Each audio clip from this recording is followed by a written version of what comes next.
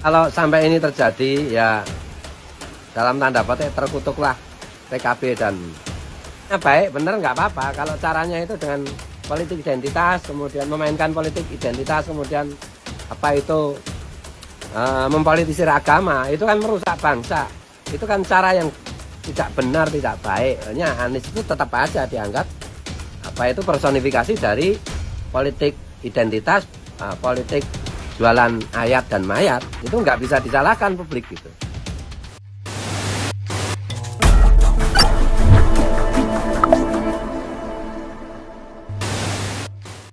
Partai Kebangkitan Bangsa atau PKB sampai saat ini belum juga memutuskan soal masa depan ketua umumnya Muhaimin Iskandar atau Caimin, apakah akan memilih jadi capres atau cawapres. Diketahui PKB saat ini berkoalisi dengan Gerindra.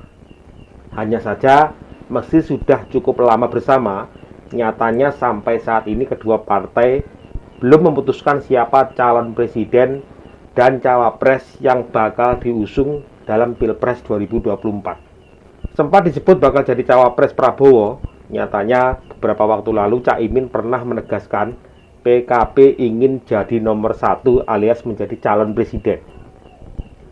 Setali tiga uang, di sisi lain rencana koalisi Nasdem, Partai Demokrat dan PKS sampai saat ini bisa dibilang tidak jelas ujung tanggalnya. Nasdem yang sudah tegas mengusung Anies Baswedan jelas butuh partai lain demi mengusung jagoannya di Pilpres 2024.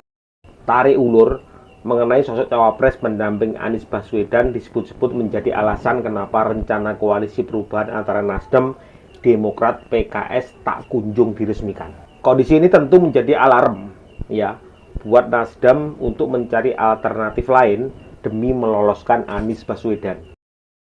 Faktanya, Nasdem tak bisa sendirian mengusung Anies untuk menjadi capres 2024. Karena untuk memenuhi ambang batas syarat capres, parpol minimal harus menguasai 115 kursi di DPR. Nah, kemudian gayung bersambut. PKB ternyata sudah menghitung soal peluang menduetkan Caimin dengan Anies Baswedan. Hal ini sebagaimana dikatakan Wakil Ketua Umum Bidang Pemenangan Pemilu DPP PKB, Jazilul Fawait. Jazilul Fawait mengatakan bahwa terbuka kemungkinan kalau PKB sama Nasdem sekarang menjadi teman koalisi di pemerintahan. Nah, ini sangat-sangat luar biasa teman-teman. Dan inilah yang memancing reaksi dari berbagai pihak. Terutama ada reaksi dari Gus Fuad Pleret. Ya. Bahkan Gus Fuad Pleret mengatakan bahwa terkutuklah Caimin dan PKB kalau mendukung Anies Baswedan. Lalu bagaimana pernyataannya? Mari kita lihat sama-sama. Gus Fuad Pleret. Kalau sampai ini terjadi ya dalam tanda petik terkutuklah PKB dan Caimin. Setidak-tidaknya di mata Gus Durian. Jadi selama ini kan Caimin itu apapun faktanya, apapun kejadiannya, itu quote and quote dalam tanda petik itu kan dianggap sudah mengkhianati Gus Dur, sudah mencuri partainya Gus Dur yaitu PKB. Nah, ketika bergabung dengan koalisinya Anies Baswedan, yang quote and quote dalam tanda petik dianggap sebagai personifikasi dari politik yang tidak disukai Gus Dur, politik identitas, politisasi agama dan yang lain-lain, terlepas dari fakta ya, ini persepsi ya. Ketika PKB bergabung misalnya, itu bukan hal yang positif untuk Caimin dan PKB. Hanya akan semakin menegaskan jurang pemisah antara Caimin PKB dengan Gus Durian dan PBNU. Karena PBNU sudah menyatakan akan melawan politik identitas, akan melawan politisasi agama. Itu fakta. Sama dengan misalnya sekarang Effendi Khairi, Gus Coy itu ya. Itu kan banyak Gus Durian yang rasan-rasan. Dulu kan Gus Durian banyak yang salut ketika Gus Coy itu keluar dari PKB, ketika PKB sudah menyingkirkan Gus Dur dan dan orang-orang setianya, termasuk Gus Coy.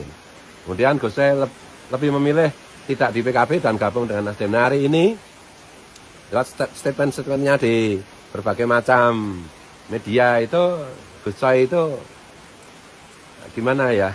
Bagi Gus Durian pernyataan-pernyataannya itu dianggap tanda petik itu sama saja dengan kelakuan Cak Imin gitu.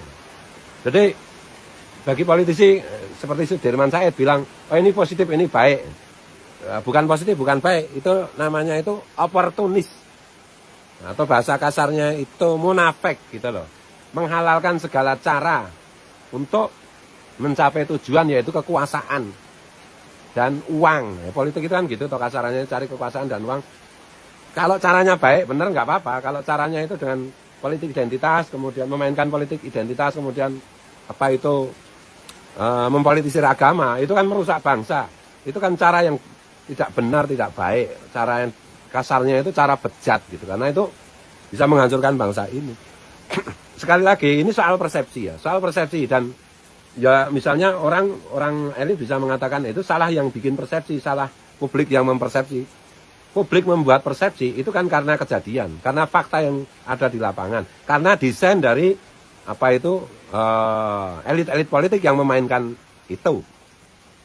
Jadi jangan menyalahkan publik ketika misalnya Anies itu tetap aja dianggap apa itu personifikasi dari politik identitas, politik jualan ayat dan mayat. Itu nggak bisa disalahkan publik gitu. Karena itu bisa menghancurkan bangsa ini. Sekali lagi ini soal persepsi ya, soal persepsi. Dan ya misalnya orang elit bisa mengatakan itu salah yang bikin persepsi, salah publik yang mempersepsi. Publik membuat persepsi itu kan karena kejadian, karena fakta yang ada di lapangan, karena desain dari apa itu elit-elit politik yang memainkan itu. Jadi jangan menyalahkan publik ketika misalnya Anies itu tetap aja dianggap apa itu personifikasi dari politik identitas, politik jualan ayat dan mayat. Itu nggak bisa disalahkan publik gitu. Dan memang faktanya kan seperti itu, gitu loh. Dan coba lihat semua orang yang jualan agama, yang memaksakan kehendak atas nama agama. Agama itu dalam tanda petik karena agama di situ itu hanya menurut tafsir dan takwil mereka sendiri yang sepihak. Itu coba lihat semua kan terkumpul di situ. Jadi misalnya apa itu Cak Imin mau memutuskan untuk gabung dengan apa itu si Anies Baswedan itu karena kecewa dengan apa itu Prabowo gitu. Ini kan ada isu Prabowo mau jadi satu dengan apa itu Ganjar Pranowo gitu. Dan kelompok Cak Imin mulai ngancam, oke, kalau begitu kita mau gabung sama lainnya termasuk sama Anies. Itu artinya itu sama sekali tidak ada idealisme. Itu semakin membenarkan pernyataan Yeni Wahid bahwa Cak Imin itu memang tidak membawa nilai-nilai yang diperjuangkan oleh Gus Dur lagi. Tidak lagi memperjuangkan nilai-nilai yang diperjuangkan Gus Dur di dunia sosial politik, tapi benar-benar berburu kekuasaan tanpa memperhatikan maslahat bagi umat, tanpa melihat maslahat bagi bangsa gitu loh. Jadi meskipun ini ancaman ini bagi saya dan bagi Gus Durian, saya yakin itu ancaman yang menjengkelkan gitu. Apa Cak Imin itu belum cukup? Apa itu dalam tanda petik dikutuk oleh Gus Durian itu belum cukup, minta dikutuk lagi. Yang benar aja dong gitu. Dan apa itu akhirnya akan makin menjauhkan PKB dengan NU gitu loh. Setelah kemarin rame-rame sama ketua PBNU dalam tanda petik ya melecehkan Gus Yahya, masa mau dilanjutkan dengan ngancam-ngancam mau gabung dengan kelompok seperti itu? Yang benar aja lah Cak Imin itu. Lalu bagaimana teman-teman dengan pendapat kalian? Silakan tulis di kolom komentar. Seperti apa yang dikatakan oleh Gus Fuad Player tadi, kalau benar-benar PKB dan Cak Imin bergabung dengan Nasdem untuk memenangkan Anies Baswedan, maka dalam tanda petik terkutuklah Cak Imin dan PKB. Assalamualaikum warahmatullahi wabarakatuh.